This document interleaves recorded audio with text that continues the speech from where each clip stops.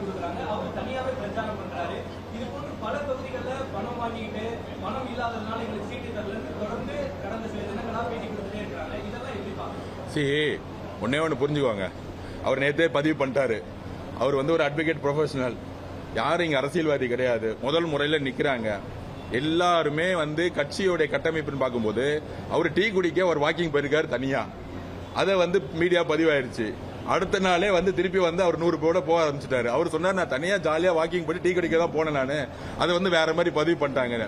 Media ஊடகங்கள் இன்னைக்கு தமிழக வெற்றி கழகத்தோட வேட்பாளர்கள் எங்க போனாலும் நீங்க கேட்ச் பண்றதே ரொம்ப சந்தோஷமான விஷயம் எங்களுக்கு. அந்த மாதிரி எந்த பிரச்சனையும் இல்ல.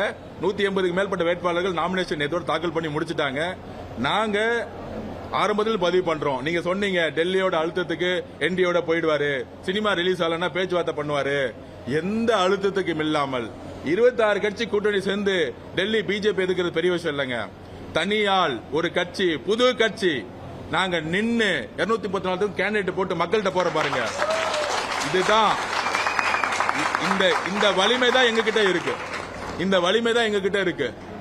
அதிமுக உருவாக்கின 10 கட்சி, அந்த பக்கம் நாம் தமிழர் கட்சி, இந்த பக்கம் வந்து மதசார்பட்டுன்னு சொல்லிட்டு போலி மதசார்பட்ட கூட்டணி கட்சியை ஒழிச்சிட்டு இருக்க திமுக எதிர்த்து நின்று நான் களத்துல போய் நின்னுக்கு சண்டை போடுறோம் பாத்தீங்களா?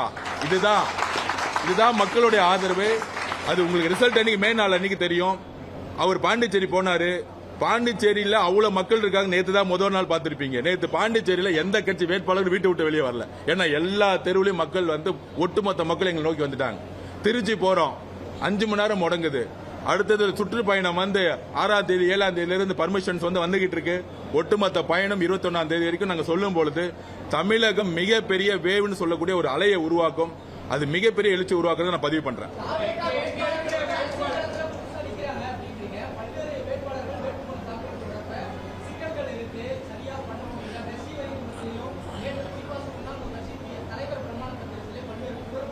இல்ல ஜனநாயகத்துல கான்ஸ்டிடியூஷன் ரைட்ஸ் இருக்கு வேட்பாளர்களுக்கு. எப்ப வந்து வேட்பாளர் பிரச்சனை வரும்னா, ப்ரொபோசர்ஸ் இருக்காங்க பாத்தீங்களா, 10 பேர் ப்ரொபோசர்ஸ், அவங்களுடைய சைனோ இல்ல அவங்களுடைய மாற்று அறிக்கை வந்தா மட்டும்தான் பண்ண முடியும். தேர்தல் கமிஷன் லேட்டஸ்டா பெரிய சுட்டறிவிச்சு, எந்த காரணத்துக்கு கொண்டும் வேட்புமனு தாக்கல் செஞ்சு டிஸ்மிஸ் பண்ணக்கூடாது. நம்பர் 1. நம்பர் 2, சொத்து கணக்கு எல்லாம் தாக்கல் பண்றாங்க. தனக்கு தெரிஞ்ச சொத்து கணக்கு எல்லாம் தாக்கல் பண்ணிடணும். ஒருவேளை சம்டைம் பாத்தீங்கன்னா இந்த பில்டிங்கோட வேல்யூ கைட்லைன் வேல்யூ இருக்கும், சம்டைம் மார்க்கெட் வேல்யூ இருக்கும். அதுல ஏதாவது ஒரு கொஸ்டின் ரைஸ் ஆகுதுன்னா திருப்பியும் எத்தனை டிராஃப்ட் வேணா நம்ம பதிவு பண்ண முடியும். 6ஆம் தேதி முடிகிற வரைக்கும் ஒரு வேட்பாளர் வந்து 4 ஃபைல் பண்ண முடியும், 4 அப்ளிகேஷன் ஃபைல் பண்ண முடியும். அதுல எத்தனை அப்ளிகேஷன் வேணா நீங்க ஆட் பண்ண முடியும்.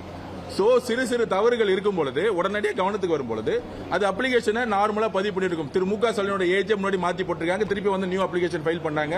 இதெல்லாம் வந்து ஒரு நடைமுறையான ஒரு இயற்கையான ஒரு சம்பவமே தவிர அதுக்கப்புறம் தன்னுடைய சில பேருக்கு வந்து தன்னுடைய மனைவியோட ரெக்கார்ட்ஸ் இருக்கும். அது வந்து அட்மை நாலேஜ் தான் போடுவாங்க. சில பேருக்கு தெரிஞ்சிருக்கும், சில பேர் தெரியாம இருக்கும்.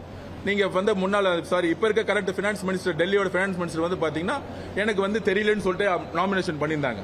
சோ இந்த மாதிரி சின்ன விஷயங்கள் சோசியல் மீடியாவில் வந்து சும்மா ரூமர்ஸ் பரப்பப்படுது. அது வந்து உங்களுக்கு தெரியும், யாரு வந்து பெண் நிறுவனம் வந்து எல்லா ரூமர்ஸும் பரப்பிட்டு இருக்கு. எங்களுடைய நாமினேஷன், தலைவரோட நாமினேஷன் சரி, எல்லாத்தோட நாமினேஷன் சரி, பக்காவா லீகலா பக்காவா போயிட்டு இருக்கு. அது எதெல்லாம் சேர்க்கணுங்கிறத, ஃபார் எக்ஸாம்பிள் இப்ப தலைவர் மேல வந்து 2 எஃப்ஐஆர் போட்டிருக்காங்க.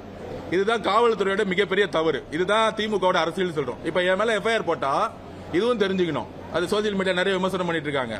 இப்ப என் மேல எஃப்ஐஆர் போட்டா எனக்கு வந்து நோட்டீஸ் சர்வ் பண்ணிருக்கணும், நான் அது தெரிஞ்சிருக்கணும், இல்ல விசாரணைக்கு போயிருக்கணும். ஆனா எங்களுக்கு தெரியாமலேயே எஃப்ஐஆர் போட்டு வச்சிருப்பாங்க போலீஸ், அந்தந்த காவல்துறையில. அதெல்லாம் வந்து நான் வந்து நாமினேஷன்ல வந்து ஃபைல் பண்ணல, அதனால வந்து கேன்சல் பண்ண முடியலாம், பண்ணவே முடியாது. அட்மை நாலேஜ் தான் இருக்க முடியுமே தவிர எனக்கு தெரிஞ்சு எனக்கு நோட்டீஸ் கொடுத்து நான் விசாரிச்சு என் மேல கிரிமினல் குற்றம் இருந்தா நான் பதிவு பண்ணும். எனக்கு தெரியாமலே எஃப்ஐஆர் போட்டு அதை வந்து காவல்துறை வந்து திமுகவோட பேச்சை கேட்டுக்கிட்டு உள்ள வச்சிருந்தாங்கன்னா அதெல்லாம் கோர்ட்ல நிக்காது. எலெக்ஷன் கமிஷனோட ரிட்டர்னிங் ஆபீசர் வந்து 1-2 ஃபார்முலா தான் பார்க்க முடியும். சைனிங் இதெல்லாம் அக்கௌண்ட்ஸ் கரெக்டா இருக்கா இல்லையா வந்து பாத்தீங்கன்னா கிளைம் பண்ணாங்கன்னா கோர்ட்டுக்கு தான் போகுமே தவிர எந்த ரிட்டர்னிங் ஆபீசர் கேன்சல் பண்ற அதிகாரம் கிடையாது. அதுலயுமே இருந்தாலும் வேட்பாளரை கூப்பிட்டு இதெல்லாம் மாத்துங்கன்னு சொல்லக்கூடிய ஒரு ஃபெசிலிட்டியை இப்ப வந்து தேர்தல் கமிஷன் சுற்றறிக்கை மூலம் கொடுத்திருக்காங்க. சோ எல்லா நாமினேஷனும் சிறப்பாக செயல்படும். வார் ரூம் டிவிகே கழகத்தில் வார் ரூம் வந்து எலெக்ஷன் ஆபீஸ் போட்டு கிட்டத்தட்ட 150 அட்வொகேட்ஸ் வந்து எல்லா வேட்பாளர்களையும் கண்காணிச்சு நாங்க கரெக்டா தாக்கல் செஞ்சுட்டு இருக்கோம். கண்டிப்பா நல்லது நடக்கும்.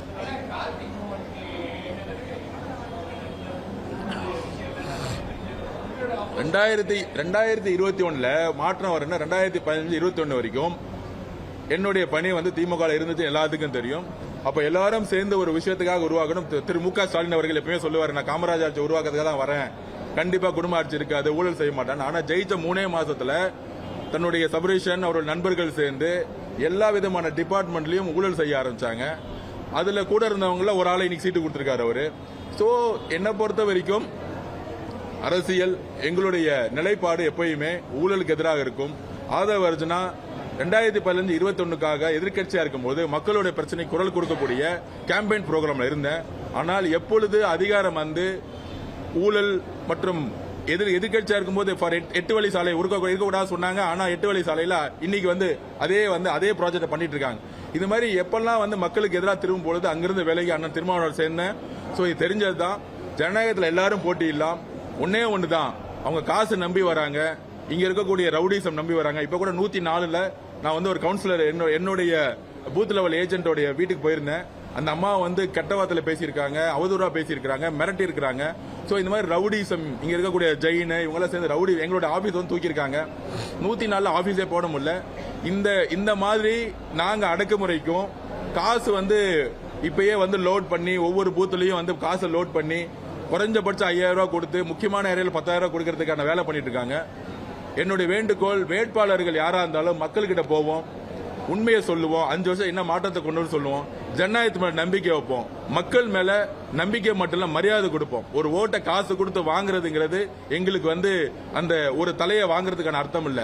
ஒவ்வொரு குடும்பத்தோட எதிர்பார்ப்பு அடுத்த 5 வருஷம் 10 வருஷத்துக்கான ஒரு நல்ல ஆட்சி அமையணும், ஒரு நல்ல ஹெல்த் கிடைக்கணும். இங்க ரோடு கிடையாது, கழிவறை தண்ணி எல்லா பக்கம் சுத்திட்டு இருக்கு. அந்த மாதிரி நிறைய பிரச்சனைகள், அடிப்படை பிரச்சனைகளே இங்க தொகுதியில் இல்ல. அண்ணா நகருக்கும் வில்லிவாக்கம் பாத்தீங்கன்னா பல்வேறு பிரச்சனைகள் எக்கச்சக்கமா இருக்கு. அதை நாங்க மக்கள்கிட்ட பதிவு பண்ணிட்டு இருக்கோம். மக்களும் கிட்டத்தட்ட 10 வருஷமா திமுக எம்எல்ஏ மாறி மாறி வேட்பாளர் போடுறாங்களே தவிர 5 வருஷத்துக்கு முன்னாடி வேற வேட்பாளர், இப்ப வேற வேட்பாளர், இப்ப பக்கத்துல இருந்து இன்னொரு வேட்பாளர். மக்கள் திமுக மேல நம்பிக்கை இழந்துட்டாங்க. இங்க முதலமைச்சர் குடும்பமே பிரச்சாரம் பண்ணாலும் மக்களுக்கு அவங்களுக்கு தெரியாது. 5 வருஷமா ஏன் முதலமைச்சர் குடும்பம் வந்து வில்லிவாக்கத்துல இங்க இருந்து 5 நிமிஷம் தான் கொளத்தூர், ஏன் முதலமைச்சர் ஸ்டாலின் சார் வில்லிவாக்கம் பக்கம் வரவே இல்லை? இந்த கொஸ்டின் எல்லாம் மக்கள் கேட்கிறாங்க. நாங்கள் மிகப்பெரிய வெற்றியை பெறுவோம். எங்களோட தலைவர் பிரச்சாரம் இன்னைக்கு முடிவாயிடும். காவல்துறை வந்து சப்போர்ட் இன்னைக்கு பர்மிஷன் கொடுத்தாங்கன்னா நாளைக்கு தலைவர் வர மாதிரி இருக்கு. கண்டிப்பா அவருடைய பிரச்சாரம் தமிழகம் முழுவதும் எழுச்சி உருவாக்கும், மிகப்பெரிய வெற்றி உருவாக்கும்.